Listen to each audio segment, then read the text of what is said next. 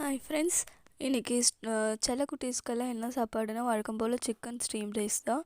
அது தவிர வேறு எது போட்டாலும் வந்து சாப்பிட மாட்டேன்றாங்க. அம்மா வந்து எல்லாருக்குமே போட்டு ஃபஸ்ட்டு உள்ளே வந்து நிலாமணிக்கு, சீசருக்கு, அதுக்கப்புறம் சீசர் பொண்ணுக்கு, ஹாப்பிக்கு வச்சுட்டாங்க.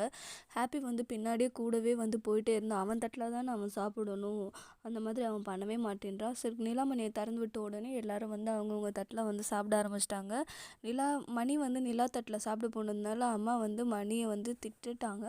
அப்புறம் வந்து அவன் தட்டில் வந்து சாப்பிட்டுட்டான். ஆக்சுவலி அவன் நிலா தட்டில் பாதி சாப்பிட்டுட்டான். மணி அது தப்பு தான்.